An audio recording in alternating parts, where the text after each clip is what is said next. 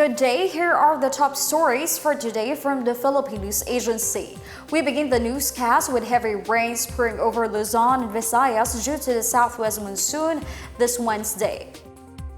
Weather Bureau Pag-asa says the southwest monsoon will pour occasional rains over Metro Manila, Zambales, Bataan, Tarlac, Pampanga, Cavite, Batangas, Occidental Mindoro, Palawan, and Antique. It will also bring scattered rains and thunderstorms over La Union, Pangasinan, Benguet, Bicol region, and the rest of Visayas, Central Luzon, Calabarzon, and Mimaropa. Heavy downpour also caused the Mesa Dam to overflow. The dam's water level as of 8 this morning reached 80.20 meters or past its spilling level of 80.15 meters. The Weather Bureau has warned residents in low-lying areas along the Tulyahan River, particularly those in Quezon City, Valenzuela, Malabon, to be alert against possible flood as water levels in the river increase. Meanwhile, Malacanang suspended work in government agencies in Metro Manila effective 7 a.m. due to the effects of the southwest monsoon. Classes in public schools were suspended as recommended by the National Disaster Risk Reduction and Management Council. The local government units of Caloocan, Las Piñas, Malabon, Mandaluyong, Manila, Marikina, Muntinlupa City, Navotas, Parañaque City, Pasay, Pasig, Pateros, Quezon City, San Juan, Taguig, and Valenzuela City issued their own announcement of class suspensions on social media. The Metropolitan Manila Development Authority also suspended a number coding scheme. President Ferdinand R. Marcos Jr. has committed to deepen the bilateral ties between the Philippines and Cambodia as well as their neighbors. President Marcos met with Cambodian Deputy Prime Minister Sokchenda Sukya as he visited Malacanang Palace on Tuesday. During the meeting, the president emphasized the need for continued cooperation between the Philippines, Cambodia, and other member states of the ASEAN. Marcos noted that the Philippines aim to continue fostering ties with other allied states across the globe.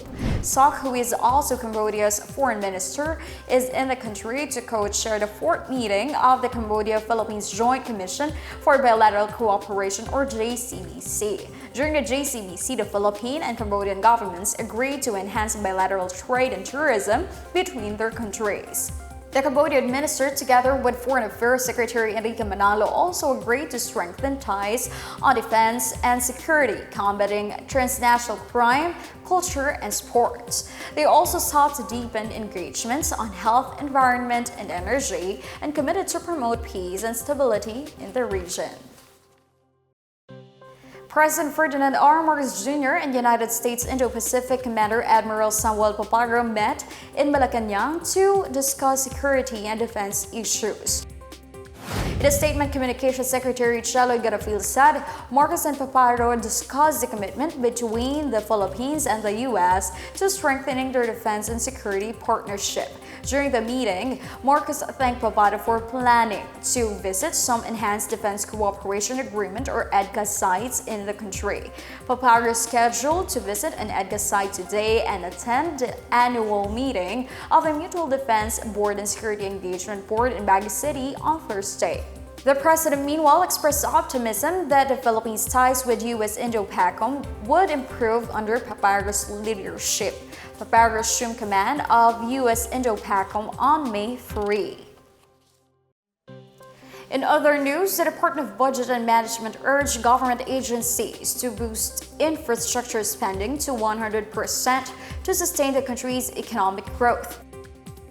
Budget Secretary Mena Pangadamlan told agencies to use their infrastructure budgets to the fullest to further advance the Build Better More infrastructure program.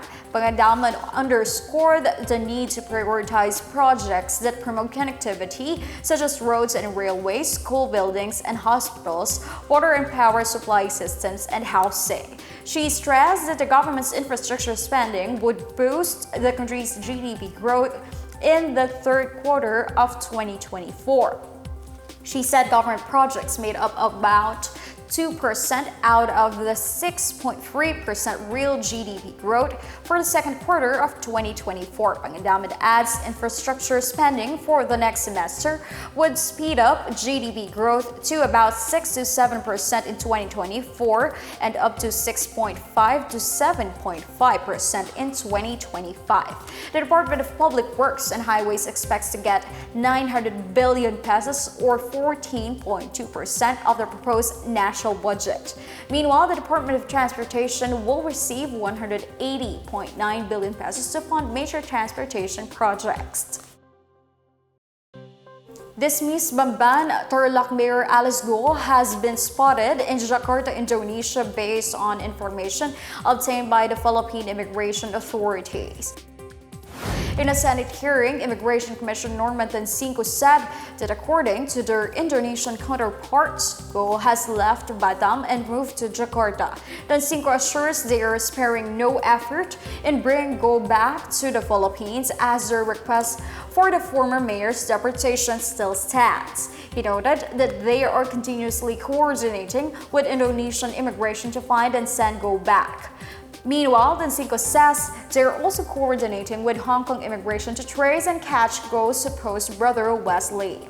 He says Wesley departed from Batam on August 20 via ferry, then flew to Hong Kong. Alice Go's supposed sister, Sheila, confirmed that they left the Philippines via several boats, after which they moved to Malaysia, Singapore, then Indonesia.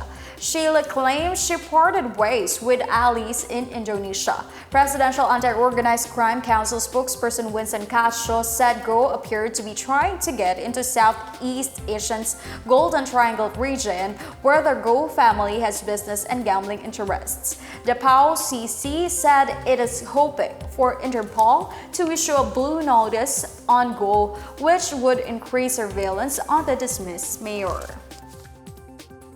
And that's the latest and the biggest stories on the Pna Headlines. For more news updates, please visit our website, pna.gov.ph, or our Facebook and X account, Philippine News Agency.